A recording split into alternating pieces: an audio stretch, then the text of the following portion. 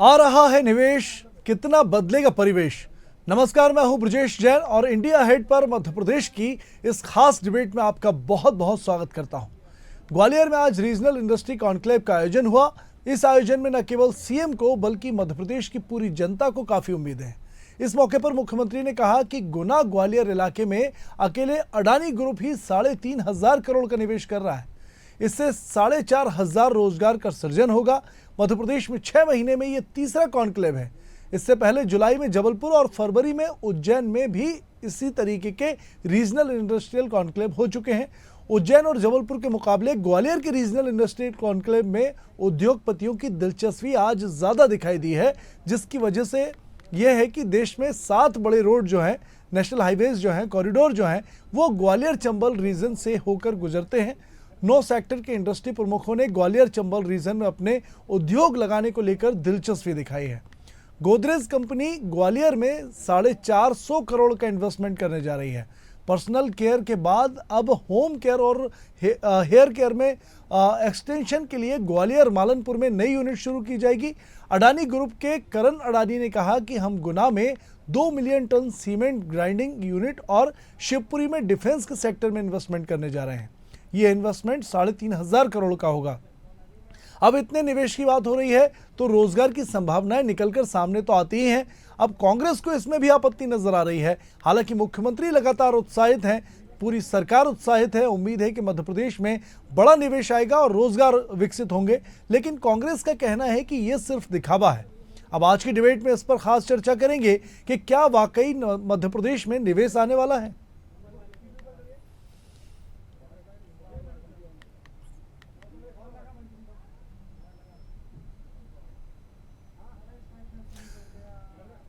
तो बिल्कुल देखिए, आज ग्वालियर में रीजनल इंडस्ट्रियल कॉन्क्लेव का आयोजन मध्य प्रदेश सरकार ने किया है और इस पर निवेशकों के जो एमओयू हैं और जो निवेश है उसकी बारिश होती हुई दिखाई दी है।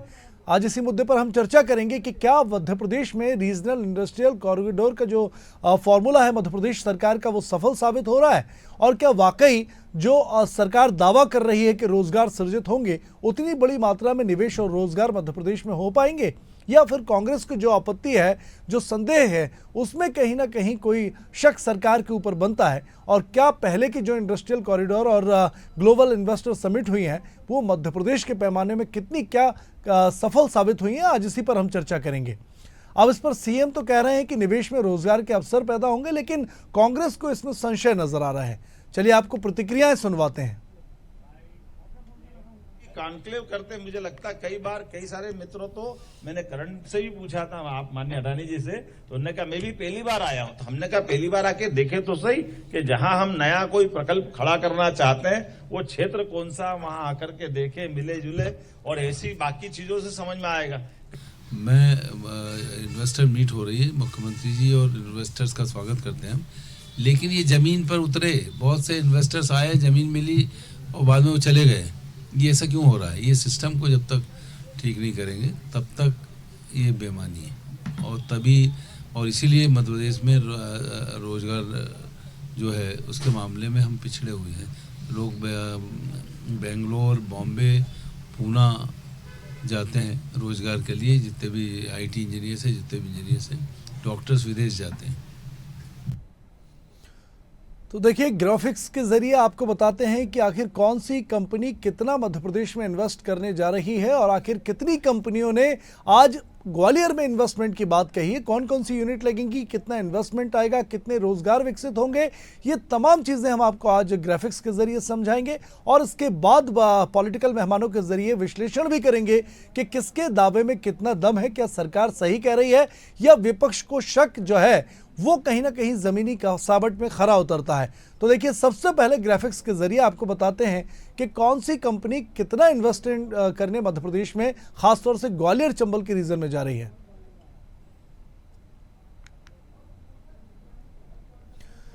बिल्कुल देखिए, आज जो है सबसे पहले हम बात करेंगे अडानी ग्रुप की 3,500 करोड़ का इन्वेस्टमेंट करने की बात यहां पर करण अडानी ने आज की है और गोदरेज ने भी 450 करोड़ रुपए के इन्वेस्टमेंट की बात की है। तो कुल मिलाकर ग्वालियर चंबल में अगर हम दो रीजनल इन्वेस्टर समिट की बात करें, इंडस्ट्रियल समिट की कॉन्क्लेव की बात करें, सबसे पहले उज्जैन और उसके बाद जबलपुर, दोनों में से सबसे ज्यादा ग्वालियर में इन्वेस्टमेंट बरसा है। और आज बड़े बड़े उद्योगपति जो इंडस्ट्रियलिस्ट जो ग्वालियर में जुटे हैं, उन्होंने मध्य प्रदेश में बड़े स्तर पर निवेश की बात कही है। सबसे ज्यादा पर्यटन को लेकर, सेना के इक्विपमेंट्स को लेकर और स्वरोजगार को लेकर यहां पर एमओयू साइन हुए हैं और लगभग 1200 करोड़ से ज्यादा के एमओयू साइन किए गए हैं और लगभग 5000 से ज्यादा करोड़ के इन्वेस्टमेंट की बात की गई है। तो बिल्कुल देखिए, आज ग्वालियर में ग्राफिक्स के जरिए हम आपको समझा रहे हैं कि कौन सी कंपनी कितना इन्वेस्टमेंट करने जा रही है। सबसे पहले अडानी ग्रुप की बात करेंगे तो 3,500 करोड़ के निवेश की बात कही गई है। 4,500 रोजगार जो है सिर्फ अडानी कंपनी के 3,500 करोड़ के इन्वेस्टमेंट से सृजित होंगे। 4,500 लोगों को इसके जरिए रोजगार मिलेगा। गुना में 2 million ton cement grinding unit लगाने की अडानी ग्रुप ने बात कही है, यानी कि एक नहीं कई मल्टीपल यूनिट्स जो है अडानी ग्रुप मध्य प्रदेश में लगाने वाला है। और शिवपुरी में डिफेंस के सेक्टर में भी इन्वेस्टमेंट की बात यहां पर अडानी ग्रुप ने कही है। तो देखिए, सीमेंट फैक्ट्री हो, डिफेंस सेक्टर में हो या फिर दूसरे सेक्टर में, जैसे बदरवास की अगर बात करें तो महिलाओं द्वारा संचालित जो जैकेट हैं वो उसकी फैक्ट्री लगाने की बात अडानी ग्रुप ने यहां पर कही है। ग्वालियर में 450 करोड़ का इन्वेस्टमेंट गोदरेज कंपनी लगाएगी और गोदरेज कंपनी की बात करें तो ग्वालियर में 450 करोड़ के इन्वेस्टमेंट की बात कही है, जिसमें होम केयर, हेयर केयर के लिए मालनपुर में नई यूनिट जो है वो गोदरेज लगाने वाली है। तो न सिर्फ अडानी कंपनी बल्कि बड़ी बड़ी कंपनियां, जो दिग्गज कंपनियां हैं, वो यहां पर इन्वेस्टमेंट की बात करती हुई आज नजर आई हैं। उन्होंने मध्य प्रदेश के जो प्रेजेंटेशन अलग अलग विभागों पे हुए हैं, उन पर पूरा भरोसा जताते हुए ये बड़ा इन्वेस्टमेंट की बात जो है वो ग्वालियर चंबल के अलग अलग जिलों में कही है।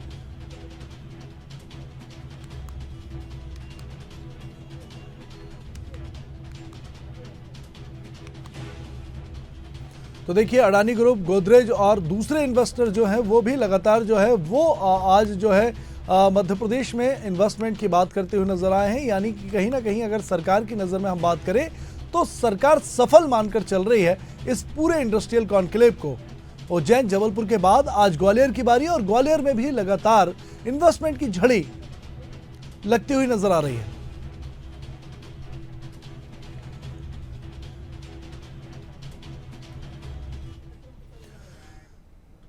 तो देखिए, इन्वेस्टमेंट की बात तो कही गई है, लेकिन इससे किस सेक्टर में कितने रोजगार की उम्मीद जताई जा रही है, इस पर भी आपको जानकारी दे देते हैं। ग्राफिक्स के जरिए हम आपको बताते हैं कि ग्वालियर में कहां कहां किस सेक्टर में इन्वेस्टमेंट जो आ रहे हैं उसके जरिए कितने रोजगार मिलेंगे।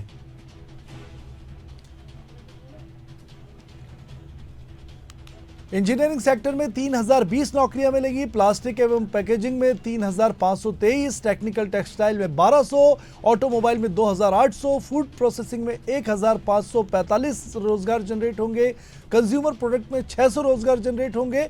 वहीं सर्विस सेक्टर की अगर बात करें तो सबसे ज्यादा 15,300 लोगों को यहां पर रोजगार मिलेगा। स्टील सेक्टर में 600 लोगों को रोजगार मिलेगा और डिस्टिलरीज में 200 रोजगार जो है वो मध्य प्रदेश सरकार सृजित करने वाली है। तो देखिए, लगातार इन्वेस्टमेंट की बात की गई है और इससे जो रोजगार जनरेट होंगे वो भी हम आपको लगातार बता रहे हैं। लगभग 20,000 रोजगार की बात ओवरऑल आज के कॉन्क्लेव में की गई है कि 20,000 लोगों को, और उसमें भी ग्वालियर चंबल के जो लोग हैं उनको नौकरियां और नियुक्तियां मिलेंगी। वहीं केंद्रीय मंत्री ज्योतिरादित्य सिंधिया ने कहा है कि ग्वालियर में अब 11 एयरपोर्ट होंगे, क्योंकि इन्वेस्टर्स पूछते हैं कि एयरपोर्ट है कि नहीं और बाकी की जो सुविधाएं हैं वो है कि नहीं, और इसलिए 11 एयरपोर्ट का ऐलान यहां पर जो है वो केंद्रीय उड्डयन मंत्री ज्योतिरादित्य सिंधिया ने किया है। सिंधिया ने कहा है कि अगले कुछ महीनों में प्रदेश में 8 नए एयरपोर्ट तैयार हो जाएंगे, मतलब प्रदेश में कुल 11 नए एयरपोर्ट हो जाएंगे। प्रदेश में निवेश से पहले उद्योगपति पूछते हैं कि एयरपोर्ट है कि नहीं, इसलिए 5 से बढ़ाकर सीएम मोहन यादव ने 11 एयरपोर्ट दे दिए हैं। ये बात कहते हुए जो है वो नजर आए हैं ज्योतिरादित्य सिंधिया।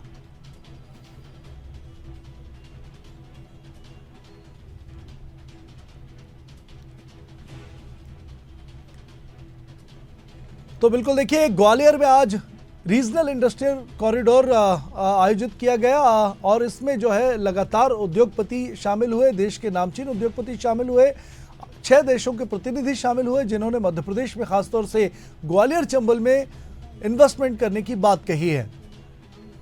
और इसके पहले भी आपको जानकारी देते चले साथ ही साथ कि इससे पहले भी उज्जैन से इस रीजनल इंडस्ट्रियल कॉन्क्लेव की शुरुआत मुख्यमंत्री मोहन यादव ने की थी और उसके बाद जबलपुर में भी हमने देखा था कि लगभग 4000 करोड़ के इन्वेस्टमेंट मध्य प्रदेश में जबलपुर संभाग में आए थे। तो ये जो अलग अलग संभागों में लगातार रीजनल इंडस्ट्रियल कॉन्क्लेव करने का जो फॉर्मूला है वो सफल होता हुआ अब तक नजर आ रहा है।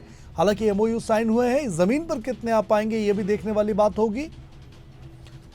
लेकिन अडानी से लेकर गोदरेज तक और विदेशी कंपनियों ने तक मध्य प्रदेश में निवेश में रुचि दिखाई है।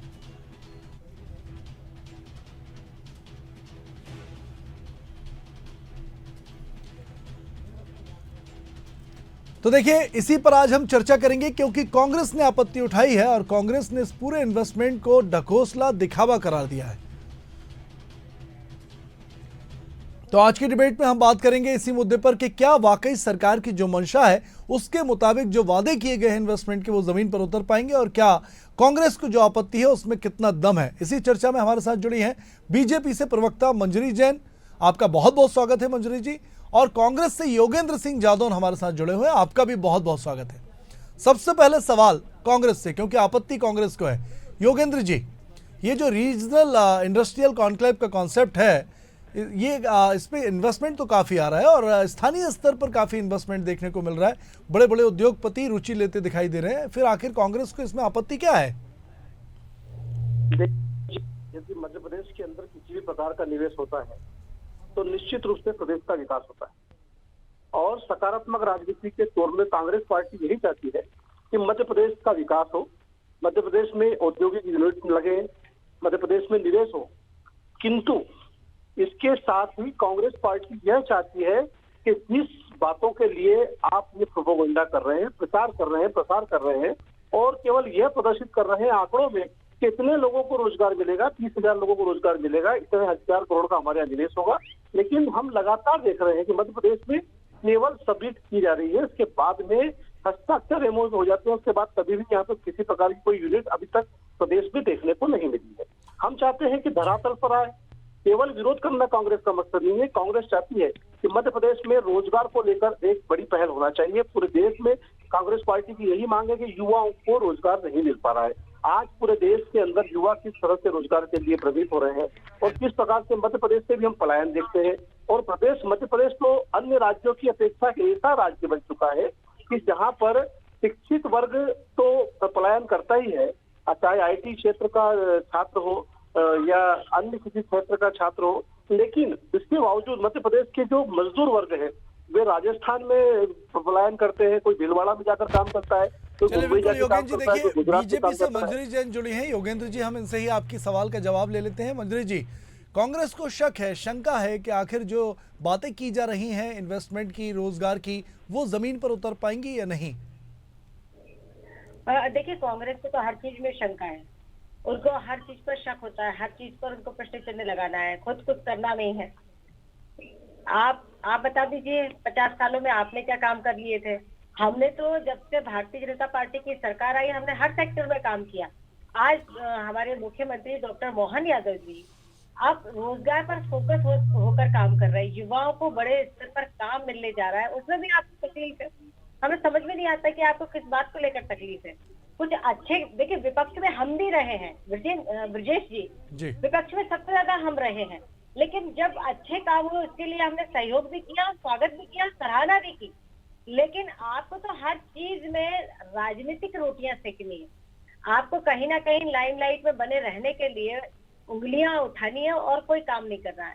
मैं आज डॉक्टर मोहन यादव जी के नेतृत्व में जिस तरीके से भारतीय जनता पार्टी की सरकार हर क्षेत्र में विकास कर रही है और विकास के, देखिए पिछले 20 सालों से भारतीय जनता पार्टी की सरकार है मध्य प्रदेश के अंदर, हमने विकास के नए आयाम गढ़े हैं। माननीय मोदी जी का जो विजन है उसको उतारने की कोशिश हमारे हर राज्य की सरकारें कर रही है और हमारा जो विजन है कि हमें अब युवाओं को बड़े स्तर पर रोजगार उपलब्ध कराना है। इसके पहले भी जब हम सरकार में रहे तो कई MOU साइन हुए और कई कंपनियां इस मध्य प्रदेश की धरती पर आई और 2,37,000 से अधिक लोगों को हमने रोजगार दिया। इसके अलावा बड़े स्तर पर इंफ्रास्ट्रक्चर का भी काम हुआ जिसमें लोगों को रोजगार मिला। हमने रोजगार सृजित किए हैं। माननीय प्रधानमंत्री जी की जो आत्मनिर्भर भारत का कॉन्सेप्ट है वो इतना अच्छा है कि जिसमें हमने अपने कुटीर उद्योग लघु उद्योगों को जीवित किया, पुनर्जीवित किया और छोटी छोटी माइक्रो इंडस्ट्रीज का हमने जो है सेक्टर लेकर आए और उसमें कई लोगों को रोजगार मिला। MSME के माध्यम से कई लोगों ने लोन लिए और अपनी छोटी बड़ी बिल्कुल मंत्री जी, देखिए समझ गए आपकी बात। योगेन जी से सवाल ले लेते हैं। योगेन जी, बीजेपी तो कह रही है कि 20 साल में जो पूर्व मुख्यमंत्री शिवराज सिंह चौहान ने 5 बड़े ग्लोबल इन्वेस्टर समिट किए हैं वो सक्सेसफुल रहे। क्या कहते हैं कांग्रेस के आंकड़े और कांग्रेस का रिसर्च? जमीन पर अगर दिख रहे हो कहे जी, पत्रकार जगत से आप जुड़े हैं, पूरा प्रदेश आप जानते हैं, मध्य प्रदेश में कहाँ है? आप केवल आंकड़े की बात कर रहे हैं, केवल आंकड़े बता देंगे हम इतना इन्वेस्टमेंट हुआ है और इतना रोजगार हुआ है, इतना सृजन हुआ है। आप बताइए कहाँ पर आपने रोजगार दिया है पिछले 20 वर्षों में? लगातार आप, यह बात जरूर है कि जो आप सबमिट करते हैं उसका प्रचार प्रसार बड़े स्तर पे किया जाता है, युद्ध स्तर पे किया जाता है और उसके बाद फिर जो है जितना निवेश के नाम पर जो आंकड़े आप बता देते हैं कि इतने हस्ताक्षर हो गए हैं, इतनी कंपनियां आ रही है, लेकिन कौन आ रहा है, क्यों नहीं आ रहा है? सबसे बड़ी समस्या लघु उद्योगों के सामने जो है ब्रजेश जी, में मतलब पक्ष विपक्ष की राजनीति से परे भी अगर आप सोचे तो सबसे बड़ी समस्या ये है कि हम जो है उद्योगों के लिए एक मजबूत बाजार उपलब्ध नहीं करा सकते। अगर हम एक बाजार उपलब्ध कराते तो निश्चित रूप से हमारी ये यूनिट जो सोच है वो निश्चित रूप से साकार होती है। हम चाहते हैं कि मध्य प्रदेश की सरकार अगर इस संकल्प को लेकर आगे बढ़ी है कि लोगों को रोजगार मिले तो मिलना चाहिए। अगर उद्योग बनना चाहते, उद्योग स्थापित होते हैं तो होना चाहिए, लेकिन होते नहीं है। हम केवल सबमिट देख रहे हैं बार बार। योगेन जी, देखिए आपने आंकड़ों की बात की है, कुछ आंकड़े हम अपने दर्शकों के सामने रख देते हैं, इसके बाद इस चर्चा को आगे बढ़ाएंगे। मंजरी जी आप भी सुनिएगा। पिछले अगर 18.5-19 साल की बात करें जो बीजेपी का शासनकाल रहा है, इसमें 4 टर्नओवर में जो है 36 बड़ी कंपनियां नेशनल और इंटरनेशनल मध्य प्रदेश में अपनी यूनिट इन्होंने लगाई है। 1200 छोटी कंपनियों ने अपनी यूनिट इसमें लगाई है और 2,40,000 रोजगार देने का जो वादा है, जो दावा है वो सरकार करती है। सरकारी वेबसाइट जो है उस पर आंकड़े आप चेक कर सकते हैं योगेंद्र जी। और अगर निवेश की हम बात करें तो मध्य प्रदेश के आर्थिक विकास में निवेश का प्रतिशत जो 2003 में दिग्विजय सिंह की सरकार में मात्र 7% था, वो बढ़कर अब 34% हो गया है। तो कहीं ना कहीं विकास तो हो रहा है, फिर क्या आपत्ति है योगेंद्र जी आपको? देखिए, परिवर्तन और विकास की गति तीनों ही अलग अलग तथ्य। केवल ये कहना कि इतना बड़ा शासनकाल, इतना लंबा अंतराल, उसके बाद एक विकास की दिशा तो निश्चित है, वो तो आप रोक ही नहीं सकते। लेकिन जो अपेक्षाकृत विकास की बात कर रहे थे कि आपने 3 वर्ष पहले आपने इंदौर में सबमिट करी है और उसमें इतना विकास आया है, वो विकास कहाँ नजर आता है? आप बोल रहे हैं कि उज्जैन में जो विकास के लिए हमने जो सबमिट करी है उसका विकास कहाँ है, तो विकास कहाँ नजर आता है? केवल यह कह देना कि हमने जो सबमिट करी है उसमें हस्ताक्षर हुए थे और वो सब मध्य प्रदेश के अंदर लागू हो गए। तो आप बताइए, प्रदेश के अंदर आंकड़े बता रहे हैं, आप बताइए मध्य प्रदेश में कितना पलायन होता है? मध्य प्रदेश का मजदूर वर्ग काम करने कहाँ जाता है? मजदूर के युवक बंबई में क्यों जाते हैं, पुणे में क्यों जाते हैं, बेंगलोर में IT सेंटर क्यों मानते हैं? मध्य प्रदेश के अंदर यह सब क्यों नहीं है? अगर हमें अन्य राज्यों की अपेक्षाकृत विकास की दिशा को भी देखना चाहिए, क्योंकि मध्य प्रदेश एक ऐसा राज्य है जो पूरे देश के मध्य में स्थित है और उसके पास कई प्रकार के रोजगार की संभावनाएं उपलब्ध है। बिल्कुल है। देखिए, प्राकृतिक प्रचुरता से भरा हुआ है, रोजगार की संभावनाएं है, निवेश की संभावनाएं है, उद्योगों की लगातार संभावना है, इंफ्रास्ट्रक्चर की यहाँ पर काफी गुंजाइश है। मंत्री जी, कहा जा रहा है, देखिए अभी अगर पिछले ग्लोबल इन्वेस्टर समिट की हम बात करें तो जो MOU साइन किए गए थे उसके मुकाबले उसका सक्सेस प्रतिशत अगर हम लगाएं तो सिर्फ 38% है। बाकी के जो MOU थे वो जमीन पर नहीं उतर पाए और यही वजह है कि इसी को आधार बनाकर लगातार जो है वो कांग्रेस सवाल भी उठाती है, मौका मिलता है कांग्रेस को। तो आप ये बताएं कि चूक आखिर कहाँ हो रही है, क्योंकि MOU साइन होते हैं, निवेश के दावे और वादे किए जाते हैं, बाद में इंडस्ट्रियलिस्ट आते नहीं है मध्य प्रदेश में। तो इसके लिए क्या सरकार कर रही है और क्या ये गंभीर विषय नहीं है? देखिए, MOU साइन हुए और कई इन्वेस्टर्स भी आए, ऐसा नहीं है कि कुछ काम ही नहीं हुआ। नहीं, बिल्कुल आए हैं, अगर लेकिन हमने MOU साइन किए थे तो इसमें से 1,52,113 करोड़ का निवेश हुआ इस मध्य प्रदेश की धरती पर। बिल्कुल, जो हम आंकड़े जो सरकारी वेबसाइट पर भी आप देख रहे हैं, 2,33,000 से अधिक लोगों को यहाँ रोजगार मुहैया कराया गया। 4 लाख करोड़ के MOU साइन हुए तो 2.5 लाख करोड़ के MOU अभी भी जो है जमीन पर नहीं आ पाए। जी देखिए, ऐसा नहीं होता है, जितने एमओयू साइन हो तो सारे जमीन पे आ जाएंगे, ऐसा तो नहीं होता है। जी जी बिल्कुल। क्यों कोई भी जब हम काम करने जाते हैं तो ऐसा नहीं होता कि वो 100% ही होता है, और इसमें संभावनाएं होती है जी कि कितने लोग आएंगे और कितने लोग ज्वाइन करेंगे किसी चीज को। जी तो ऐसा नहीं है। अब देखिए, मध्य प्रदेश में 2003 के पहले की अगर हम औद्योगिक विकास दर की बात करते हैं तो नेगेटिव बिल्कुल, थी, मैंने बताया अभी आंकड़े बताए लेकिन मैंने आज जी। 34% से अधिक है। क्यों? क्योंकि हमने काम किया। आज इंफ्रास्ट्रक्चर के ऊपर इतना ज्यादा काम हो रहा है। पहले मध्य प्रदेश की क्या हालत थी? सड़कें नहीं थी, एयरपोर्ट नहीं थे, रेलवे स्टेशन की क्या हालत थी, लाइन रेलवे का भी जो आज उन्नयन हुआ है वो भारतीय जनता पार्टी की सरकार में। तो इसलिए अब लोग आ रहे हैं या इन्वेस्ट करना चाहते हैं, जी। औद्योगिकरण करना चाहते हैं। तो क्यों करना चाहते हैं? क्योंकि हमने ऐसा वातावरण बनाया, उनको सुविधाएं दी, ऐसा माहौल दिया, इसलिए आज बड़े बड़े इन्वेस्टर्स आ रहे हैं और बड़ी बड़ी कंपनियां मध्य प्रदेश की धरती पर लग चुकी है और लग चुकी है। अकेले मंडी की बात करूं तो यहाँ छोटी बड़ी औद्योगिक इकाई 450 से अधिक है। देवास की बात कर लीजिए, भोपाल का गोविंदपुरा की बात कर लीजिए, तो ऐसे कई सारी छोटी मिनी इंडस्ट्रीज हम स्थापित कर चुके हैं। और हम ग्रामीण क्षेत्र की बात करें तो आज हमने ग्रामीण क्षेत्रों में भी छोटे लघु उद्योगों को, कुटीर उद्योगों को स्थापित किया जी। है। एमएसएमई के माध्यम से कई योगेन जी, इंडस्ट्रीज हमारे चलिए मध्य मंत्री प्रदेश के अंदर आई जी, है। योगेन जी से पूछ लेते हैं। योगेन जी, आपको नहीं लगता कि पिछले 20 सालों में मध्य प्रदेश का नक्शा बदल गया है? ये जो चमचमाती सड़कें दिखाई देती हैं, बिजली दिखाई देती है, इंफ्रास्ट्रक्चर दिखाई देते हैं, एजुकेशन का स्तर कुछ सुधरा है, स्वास्थ्य का सुधरा है, ये आपको लगता नहीं कि सरकार एक प्रयास तो कम से कम कर रही है ना? इन्वेस्टमेंट आएगा, कितना आएगा ये तो ठीक है, लेकिन सरकार अपनी बात उद्योगपतियों के आगे तो रख रही है। देखिए ब्रजेश जी, मध्य प्रदेश के अंदर 20 वर्षों के अंदर जो कर्जा हुआ है वह भी किसी से छिपा नहीं जाता। हमने रेवेन्यू जनरेट नहीं किया, हम रेवेन्यू जनरेट में निश्चित रूप से पिछड़ गए हैं। हम लगातार कर्जा ले रहे हैं। मोहन यादव जी किस प्रकार से सरकार चला रहे हैं कि हम कर्जा लेकर प्रदेश की जनता को घी पिलाने के लिए मजबूर हो रहे हैं। आप देख रहे हैं मध्य प्रदेश के अंदर तमाम जितनी भी रोड और सड़कें आप देखते हैं, आपको नहीं लगता कि सारी रोडें प्राइवेटेशन के ऊपर चल रही है? जिन व्हीकल से आप हर जगह टोल टैक्स के बिना मध्य प्रदेश की किसी भी सड़क से आज गुजर नहीं सकते हैं। पूरे प्रदेश की सड़कों को का व्यवसायीकरण किया गया है। आप जहां भी जाएं, जिस भी सेंटर में जाएंगे, वे अब जनता की और आम गरीब व्यक्ति के लिए उपलब्ध नहीं है। आप रेलवे सेक्टर की बात कर लीजिए, रेलवे में किस तरह से दरों में बढ़ोतरी हुई है, जिस प्रकार से उसके माल भाड़ा में बढ़ोतरी हुई है, वो कभी भी पिछले 10-15 सालों से पूर्व नहीं थी। लेकिन आज रेलवे लगातार घाटे में है, लगातार ट्रेनों को बंद किया गया है, लोकल ट्रेनों को बंद किया गया है, स्टॉपेजों को कम किया गया है। पूरी तरीके से ये सरकार किसी न किसी तरह से प्रदेश के अंदर पूंजीपति को संरक्षण देने का काम कर रही है और मध्य प्रदेश सहित पूरे देश के अंदर तमाम गरीब और कमजोर निसहारा वर्ग को योगेन जी, एक तरफ तो देखिए, आपको टोकना चाहूंगा, एक तरफ तो आप कहते हैं कि पूंजीपतियों को, उद्योगपतियों को सही व्यवस्थाएं यहाँ नहीं मिल रही हैं, और अगर सरकार मुफ्त में जमीन देती है, टैक्स में रिबेट देती है, बिजली में और सड़क की तमाम व्यवस्थाएं उस कॉरिडोर में करके देती है इन्वेस्टमेंट के लिए, तो आप कहते हैं कि उद्योगपतियों को संरक्षण दे रही है। उद्योगपतियों तो व्यवस्था तो देनी ही पड़ेगी ना, उद्योगपतियों को रिबेट्स देंगे तब तो उद्योगपति आएंगे ना मध्य प्रदेश में निवेश करने। मैं आपका ध्यान इस चीज से आकर्षित करना चाहता हूँ कि हिंदुस्तान के अंदर हमने प्रथम अपनी अर्थव्यवस्थाओं को जो अमली जामा पहनाया है, उसमें हमने पूंजीवाद और समाजवाद के मध्य का रास्ता अपनाया है। हम एक मिश्रित अर्थव्यवस्था के माध्यम से देश के विकास में लगातार काम करते रहे और हमारे तमाम नेताओं ने इसी दिशा में काम किया है। हम एक दिशा में नहीं चाहते, हम देश के तमाम सर्व वर्गों को जोड़कर समन्वित करके एक नहीं, तो आपको योगेन जी नहीं लगता कि यहाँ भी समन्वय, विरोध की बजाय समन्वय होना चाहिए था, और सरकार को आपको कमियां निकालने की बजाय सुझाव, एक मिनट सुन लीजिए, सुझाव आपको देना चाहिए था कि और क्या सरकार डेवलप कर सकती है जिससे कि उद्योगपति यहाँ आए? आप जाइए, आप पूरे प्रदेश के अंदर जाइए, किसी भी सड़क पर जाइए, क्या आप बिना टोल टैक्स के जा सकते? आप पूरे प्रदेश के अंदर जाइए, आप पूरे प्रदेश के अंदर देखिए, ये तो नेशनल मुद्दा है सर।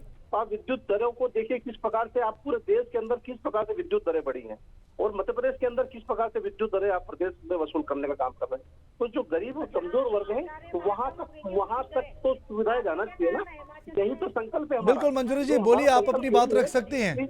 लगातार योगेन जी और कांग्रेस यही कह रही है कि महंगाई बढ़ी है निवेश के मुकाबले। लगातार महंगाई बढ़ी है। महंगाई नहीं, देखिए महंगाई जो है वो प्रति व्यक्ति आय के ऊपर निर्भर करती है। आपके जमाने में प्रति व्यक्ति आय 11,778 रुपए थी,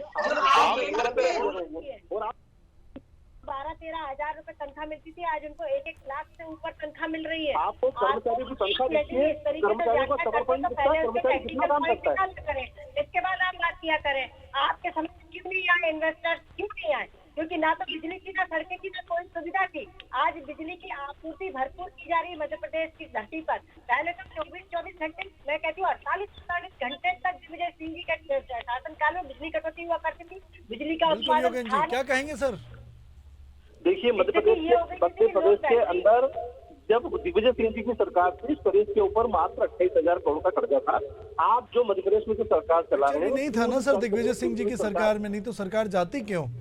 उस वक्त देखिए सड़कों की हालत काफी खराब थी, 2 घंटे के सफर में 6 घंटे लगते थे, बिजली रहती नहीं थी प्रॉपर, तो कहीं ना डेवलप तो हुआ है। दिग्विजय सिंह जी की सरकार थी, उसकी अपेक्षा आज की सरकार की तुलना करें तो मध्य प्रदेश के ऊपर कर्जा नहीं था। मंजरी जी, और मध्य प्रदेश के अंदर आप रोड की बात करें, आपके सारे रोड टोल टैक्स थे।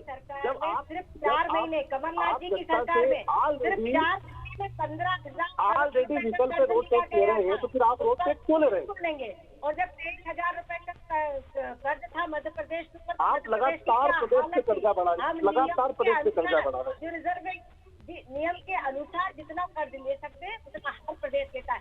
आपके जहाँ जहाँ शासन है, जहाँ जहाँ राज्य सरकारें हैं, जहाँ कांग्रेस की सत्ता है, वहाँ आप कर्ज नहीं ले रहे हैं। वहाँ की क्या हालत है? में जितना कर्जा लिया गया है, आप देखिए हर महीने सबसे बड़ी प्रदेश की खबर होती है कि मध्य प्रदेश की सरकार 5,000 करोड़ रुपए कर्जा ले रही है, 8,000 रुपए करोड़ कर्जा ले रही है। तो ये कर्जा लगातार लेने की परिस्थिति क्यों है? मध्य प्रदेश में अपना रेवेन्यू बढ़ाइए, अपना उत्पादन के साथ में अपने टैक्सेशन को बढ़ाइए, लेकिन आप इस तरीके से बढ़ाइए कि जनता को इसका भार नहीं पड़े। कर्नाटक का कर्जा क्यों ले रहे हैं? आप लगातार टैक्स ले रहे हैं। देखिए, जब उंगली उठा ली तो फिर अपना जवाब आप जीएसटी के नाम से पैसा वसूल रहे हैं। लगाते तो मतलब जनता हम आपको परेशान है, गरीब और मध्यम वर्ग किस तरीके से आपको जीएसटी देना है, आप जीएसटी से ले रहे हैं, आप पेट्रोलियम से ले रहे हैं, आप सेवा कर ले रहे हैं, आप केंद्रीय सरकार के अलग लेते हैं, स्टेट फंड लेते हैं, और फिर आप कह रहे हैं जीएसटी लेते हैं। आप पूरे प्रदेश में, पूरे देश में केवल कर्जा ले रहे हैं, और इस प्रकार से आप कर्जा लेकर केवल समाज के संपन्न वर्ग तक ही पहुंचे सरकार की। और आप जो बैंकों के लोन की बात कर रहे हैं, बैंकों का लोन बेरोजगारों को नहीं मिलता है, बैंकों का लोन धनी और संपन्न लोगों को मिलता है, दुकानदारों को मिलता है, इनके पास पैसे देने की क्षमता है। बैंकों को गरीबों के देखिए कर्ज और विकास ये तो एक नैसर्गिक मुद्दे हैं, ये तो चलते ही रहेंगे, लेकिन बात यहाँ पर हो रही है कि मध्य प्रदेश में निवेश आखिर किस तरह आए। एक अंतिम प्रतिक्रिया मैं आपसे जानना चाहूंगा मंजरी जी, अंतिम प्रतिक्रिया, समय की कमी है मेरे पास थोड़ी सी, क्या लगता है कि क्या पोस्ट प्रोडक्शन में सरकार क्या क्या सुविधाएं दे रही है, और क्या लगता है कि जो वादे किए जा रहे हैं इन्वेस्टमेंट के, किस स्तर तक, अब जो ग्वालियर का है और आगे जो है वो सागर में होना है, फिर भोपाल में ग्लोबल समिट होनी है, तो सरकार की क्या कोशिशें और प्रयास हैं जिससे कि 100% सक्सेस रेशियो एमयू के मुकाबले जो है निवेश में परिवर्तित हो सके? देखिए, जो भी निवेशकों को माहौल चाहिए है, जो भी उनको सुविधाएं चाहिए, मतलब संकल्पित होकर मध्य प्रदेश सरकार उनको वो मुहैया कराएगी। दूसरी बात, ग्वालियर में जिस तरीके से, देखिए ग्वालियर जो कॉरिडोर है वो सब तरफ से जुड़ा हुआ है, चारों तरफ से जुड़ा हुआ है, चाहे वो हम हिमालय से कन्याकुमारी तक की बात कर ले, दक्षिण से पश्चिम, कहीं भी, तो ये पूरा एक हब बनने जा रहा है। और जबलपुर, और पहले से ही हमारा इंदौर तो था ही औद्योगिक क्षेत्र में, और दूसरा भोपाल तो था ही, अब सागर, तो कहीं ना कहीं चारों तरफ मध्य प्रदेश में औद्योगिकरण करने के लिए डॉक्टर मोहन यादव की सरकार काम कर रही है। निश्चित तौर पर आने वाले समय में बहुत बड़ा बदलाव मध्य प्रदेश के अंदर रोजगार के क्षेत्र में, औद्योगिक क्षेत्र में हमको देखने को मिलेगा। युवाओं के हाथ में बड़े स्तर पर रोजगार होगा, खुद का रोजगार भी होगा। और देखिए, माननीय मोदी जी का ये तो सपना है कि हम नौकरी मांगने वाले हाथ न बने, हम नौकरी देने वाले हाथ। योगेन जी, अंतिम प्रक्रिया जानना चाहूंगा। योगी जी, देखिए कमियां तो हो सकती हैं, लेकिन सुझाव कांग्रेस के पास क्या है, और आप क्या कहेंगे किस तरीके से इन्वेस्टमेंट के लिए सरकार को काम करना चाहिए? अंतिम प्रतिक्रिया सर। हमारा भी कहना है कि टाइम लिमिट पे काम होना चाहिए, सबमिट के बाद भी लगातार प्रयास होना चाहिए, और जो भी उद्योगपति यहाँ पर आए उनके लिए व्यवस्थापन होना चाहिए, उनको आसानी से उनकी जो सुविधा है उपलब्ध की जाना चाहिए, उनके पास तक बिजली पहुंचाने की, यूनिट पहुंचाने की फास्ट प्रोसीजर होना चाहिए, और शासन तंत्र को पूरी तरीके से ब्यूरोक्रेसी को उससे दूर रखकर किसी न किसी तरह समन्वय के माध्यम से एक निश्चित तरीके से कम समय के अंदर उपलब्ध कराना चाहिए, ताकि मध्य प्रदेश के अंदर अधिक से रोजगार हो, प्रदेश के लोगों को रोजगार मिले, युवाओं को रोजगार मिले, हमारे शिक्षित साथियों को रोजगार मिले, यही संकल्प होना चाहिए। क्योंकि मोहन यादव जी ने कई बार उच्च शिक्षा विभाग के रूप में काम किया है, और लगातार छात्रों के लिए भी काम किया है, में भी उन्होंने काम किया है। उनको ये संकल्प के साथ काम करना चाहिए कि प्रदेश में युवाओं में बेरोजगारी लगातार बढ़ रही है, उस दिशा के साथ में टाइम लिमिट में काम हो, जमीन पर काम दिखे, तो जमीन पर यदि काम दिखेगा तो कांग्रेस जी पार्टी बिल्कुल, साथ देखिए है। जमीन पर काम दिखेगा तो रोजगार भी आएंगे और निवेश भी आएगा, और रोजगार जनरेट होंगे तो आगे दूसरी कंपनियां भी जो है वो मध्य प्रदेश में निवेश करने आएंगी। फिलहाल बहुत बहुत शुक्रिया आपका कीमती समय देने के लिए और इस चर्चा में हिस्सा लेने के लिए। इंडिया हेड आपका स्वागत करता है। तो देखिए, मध्य प्रदेश में अब निवेश आ रहा है और निवेश के साथ चुनौती यह है कि निवेश रोजगार में बदले, निवेश जो है वो जमीन पर इंडस्ट्री स्थापित करने में बदले और निवेश प्रदेश के विकास में बदले।